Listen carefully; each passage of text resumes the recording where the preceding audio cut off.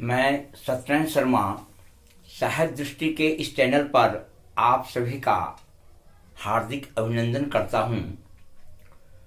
आज मैं बिहार बोर्ड के गोधीली पुस्तक में संकलित प्रथम भाग जो गद्य का है, सर्व विभाजन और जाति प्रथा, इसकी व्याख्या करूंगा।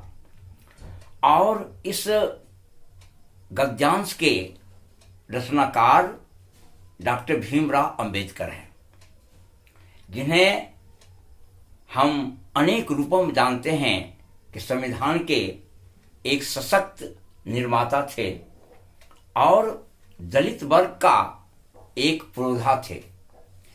इनकी रचनाओं में हम अज्ञात उस वर्ग का विद्रोह पाते हैं जो वर्ग भारतवर्ष में युगों से उपेक्षित, प्रताड़ित और दलित रहा है, जिसका मानसिक धरातल पर युगों से शोषण किया गया है और उस शोषण से अभी तक वह वर्ग मुक्त नहीं हो पाया है। शिक्षा के क्षेत्र में आज भी वह वर्ग पूर्ण रूपेण पिछड़ा हुआ है। हम पाएंगे कि डॉक्टर भीमराव अंबेडकर का जन्म मध्य प्रदेश के मेहू नामक स्थान पर हुआ 14 अप्रैल 1891 में, और सामान्य प्रारंभिक शिक्षा प्राप्त करने के उपरांत बड़ौदा नरेश के सौजन्य से इन्होंने अमेरिका और इंग्लैंड में जाकर उच्चतर शिक्षा प्राप्त की और इन्होंने भारत की धार्मिक, पौराणिक अनेक प्रकार की रचनाओं का अध्ययन इन्होंने की और एक गहराई में प्रवेश करके भारत के जनमानस में जो दलित वर्ग के प्रति जो एक उपेक्षित भावना है, इसकी सशक्त अनुभूति को इन्होंने अपने शब्दों के माध्यम से व्यक्त किया। आज भी हम पाते हैं कि वह वर्ग आज भी हमारे समाज में पूर्ण रूपेण पिछड़े हुए हैं। आज भी शिक्षा के दृष्टिकोण से, आर्थिक विपन्नता के दृष्टिकोण से, सामाजिक स्तर के दृष्टिकोण से, सभी दृष्टिकोण से पिछड़ा हुआ वर्ग है।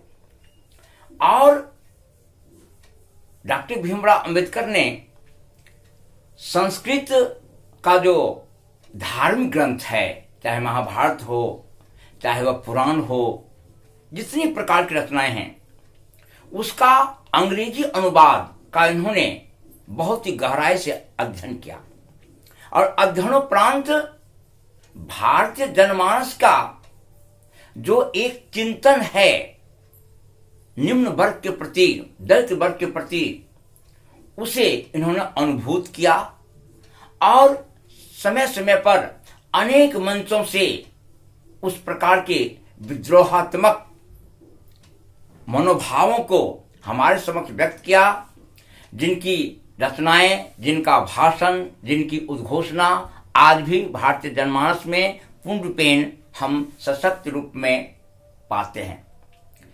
सर्व विभाजन की जो समस्या है और जाति प्रथा की समस्या है, भारत में मध्ययुगीन व्यवस्था से संभवतः और पहले की व्यवस्था है। यह सत्य है कि व्यक्ति वर्ग विभाजन, जाति विभाजन, श्रम विभाजन, इस तीनों के ऊपर अनेक प्रकार के वक्तव्य को अलग अलग ढंग से प्रस्तुत किया।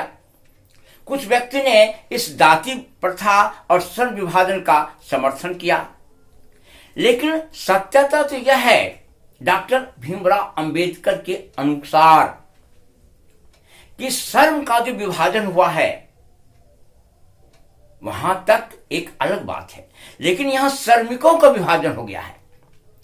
श्रम विभाजन के अंतर्गत जो श्रमिक वर्ग हैं, जो समाज की सेवा आज भी निम्न स्तरीय धरातल पर आज भी कर रहे हैं। भारतवर्ष का यह बहुत बड़ा दुर्भाग्य रहा है, जिस दुर्भाग्य को उस मध्य युग से लेकर के आज तक हम देख रहे हैं। आज तक हम जाति प्रथा और श्रम विभाजन से मुक्त नहीं हो पाए हैं।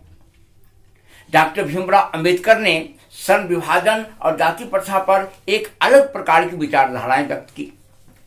उन लोगों के समर्थन का इन्होंने विरोध किया कि श्रम विभाजन जो है वह समुचित नहीं है।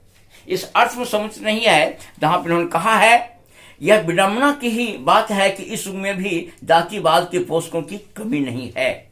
यानी व्यक्ति आज तक जातिवाद को अपनी स्वीकृति प्रदान कर रहे हैं और यह अध्यक्षीय भाषण जो लाहौर में इन्हें देना था, जो भाषण यह संभवतः कुछ कारणवश दे नहीं सके, उसी का अनुदित अंश है।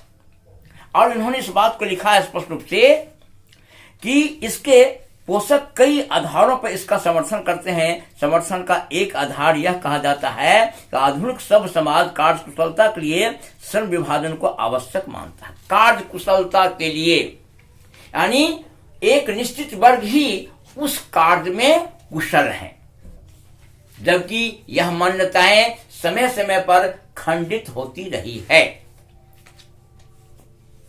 सामान्यतः लोगों को यह कहना है कि श्रम का जो विभाजन हुआ, जाति का विभाजन हुआ है, वह कार्य कुशलता दृष्टिकोण से कि एक वर्ग है जो उसी कार्य में पारंगत है, दक्ष है, इसलिए यह जाति और श्रम विभाजन जो है वह समुचित है, वह सार्थक है। इस प्रकार की बातों का इन्होंने इन पंक्तियों में विरोध किया है कि चूंकि जाति प्रथा भी श्रम विभाजन का ही दूसरा रूप है, इसलिए इसमें कोई बुराई नहीं। इस तर्क के संबंध में पहली बात तो यही आपत्तिजनक है कि जाति प्रथा श्रम विभाजन के साथ साथ श्रमिक विभाजन का भी रूप लिए हुए है। जाति प्रथा जो है श्रम विभाजन का रूप लेने के बावजूद श्रमिक वर्ग के अंदर भी एक विभाजन है और श्रमिक वर्ग के अंदर भी एक ऊंच नीच की भावना है। जो श्रमिक वर्ग कुछ ऐसा है जिसे समाज ने अपने बीच स्थान दिया है, कुछ श्रमिक वर्ग ऐसा है जिसको युगों से उपेक्षा और प्रताड़नाओं का शिकार होना पड़ा है। इस आपत्तिजनक जो रूप है, डॉक्टर भीमराव अंबेडकर ने इसका सशक्त विरोध किया है। भारतवर्ष का अभी तक दुर्भाग्य है कि धर्मांधता, मतांधता और जातिवाद भारतीय जनमानस को एक सर्प के समान बार बार दंश मार रहा है, बार बार डस रहा है और एक विषाक्त वातावरण बार बार तैयार होता है। हमारा देश प्रगति के पथ पर जाने में एक अवरोध का एहसास करता है। जाति प्रथा के समर्थक लोग समय समय पर धर्म और जाति के नाम पर एक ऐसी व्यवस्था को पैदा करते हैं जहां हमारी मूल समस्याएं विलुप्त हो जाती है। डॉक्टर भीमराव अंबेडकर का इस संभाषण में यह कहना है कि जाति प्रथा जो है श्रम विभाजन के कार्य कुशलता, यानी जो जिस वर्ग का है उस वर्ग में वह कार्य कुशल है, इसलिए जाति प्रथा श्रम विभाजन सही है। बड़े लोगों का कहना है जो इस मान्यताओं का समर्थन करते हैं। लेकिन डॉक्टर भीमराव अंबेडकर का कहना है कि नहीं, ऐसी बात नहीं होती है, बल्कि यह होती है कि श्रम विभाजन निश्चय ही सब समाज की आवश्यकता है, परंतु किसी भी सब समाज में श्रम विभाजन की व्यवस्था श्रमिकों के विभिन्न वर्गों में अस्वाभाविक विभाजन नहीं करती। श्रमिक वर्गों में भी अस्वाभाविक विभाजन है। इसका कहने का तात्पर्य है कि इस भाव में एक गहराईपन है कि श्रमिक विभाजन जो हुआ है यह अस्वाभाविक है। श्रमिक वर्ग है, उस वर्ग में भी लोगों ने एक नया विभाजन पैदा कर दिया है कि यह वर्ग अच्छा है, यह वर्ग बुरा है, इस वर्ग को समाज में स्थान मिलना चाहिए, इस वर्ग को समाज में स्थान नहीं मिलना चाहिए। यानी जाति प्रथा के कारण मनुष्य से जो नफरत अभी तक कर रहा है, इसी की एक सशक्त व्याख्या इन्होंने इस अध्याय में किया है कि सर्व विभाजन के अंदर भी एक विभाजन है, जहां बड़े छोटे ऊंच नीच की एक संकीर्ण धारणाओं को पैदा करके व्यक्ति जाति प्रथा और श्रम विभाजन को एक अलग रूप में देखते हैं। हमारे देश का आजादी का लगभग 75 वर्ष हो चुका। लोग अमृत महोत्सव मना रहा है देश आजादी की 75वां वर्ष पर, लेकिन जमीनी गहराई पर हम जब जाते हैं, जमीनी सच्चाई पर जाते हैं, कि यह वर्ग आज भी मानसिक धरातल पर, सामाजिक धरातल पर, आर्थिक धरातल पर पूर्ण रूपेण उन्मुक्त और आजाद नहीं है। मात्र इन्हें राजनीतिक आजादी मिली है, आर्थिक और सामाजिक दास्ता का शिकार यह वर्ग आज भी है। जमीनी सच्चाई पर जाकर के हम इसको एहसास करते हैं। संविधान में, पार्लियामेंट में अनेक प्रकार की बातें कही गई है, अनेक प्रकार की बातें समय समय पर होती है, लेकिन जिन श्रमिक वर्ग की बात डॉक्टर भीमराव अंबेडकर कह रहे हैं, वह वर्ग आज भी अपने आंसुओं से भरी हुई जिंदगी को जीने के लिए विवश है। उस वर्ग को आज भी किसी प्रकार की सफलता प्राप्त नहीं हो पा रही है, जहां पर वह अपने आप को एक सशक्त नागरिक के रूप में स्थापित कर सके।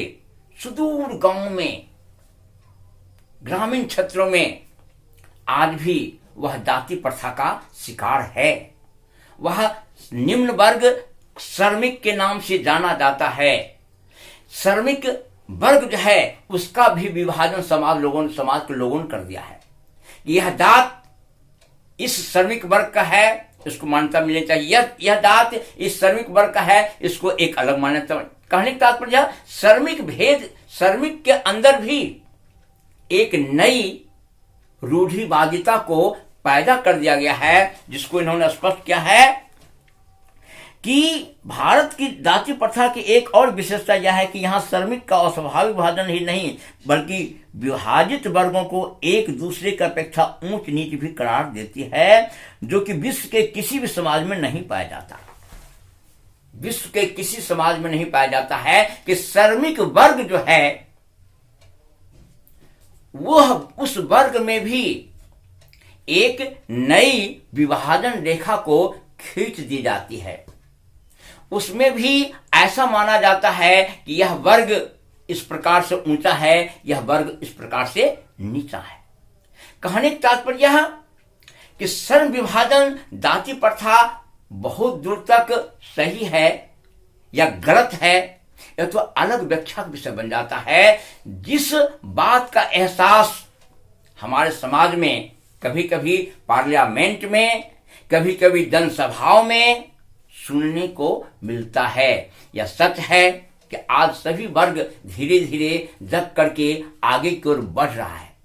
तो हम पाएंगे कि डॉक्टर भीमराव अंबेडकर मुख्य रूप से बुद्ध, कबीर और ज्योतिबा फुले से प्रभावित थे। बुद्ध उस समाज की परिकल्पना ईस्वी पूर्व 500 ईस्वी पूर्व, 600 ईस्वी पूर्व की थी, जिस समाज में जातिवाद नाम की कोई चीज नहीं होगी, सभी मनुष्य समान है। कबीर का जन्म मध्ययुगीन भारत में हुआ। उन्होंने भी इस तथ्य को स्पष्ट रूप से झेला। और ज्योतिबा फुले आधुनिक भारत में हुए, उन्होंने भी इस प्रकार के दंश को जगह जगह पर झेला। तो कहने का तात्पर्य यह कि श्रम विभाजन और जाति प्रथा हमारे समाज का वह विभिन्नतावादी संस्कृति को जन्म देता है, जहां पर मानवता बार बार खंडित हो जाती है। इसलिए डॉक्टर भीमराव अंबेडकर ने जाति प्रथा और श्रम विभाजन का इस अध्याय के माध्यम से खंडन किया है कि समाज के लिए यह उपयोगी नहीं है। इसके कारण बहुत सारे निम्न वर्ग के लोग हैं। जिस निम्न वर्ग के लोग इस श्रम विभाजन कारण उसी श्रम में फंसे रह जाते हैं, जीवन के और सारे बहुआयामी पक्षों की ओर उसका ध्यान आकृष्ट नहीं हो पाता है। इसलिए श्रम विभाजन और जाति प्रथा समाज के लिए एक कह सकते हैं प्रताड़ना है, एक ऐसी व्यवस्था को जन्म देता है जहां पर मानवता बार बार आज भी जमीनी सच्चाई को लेकर के बार बार खंडित हो रही है।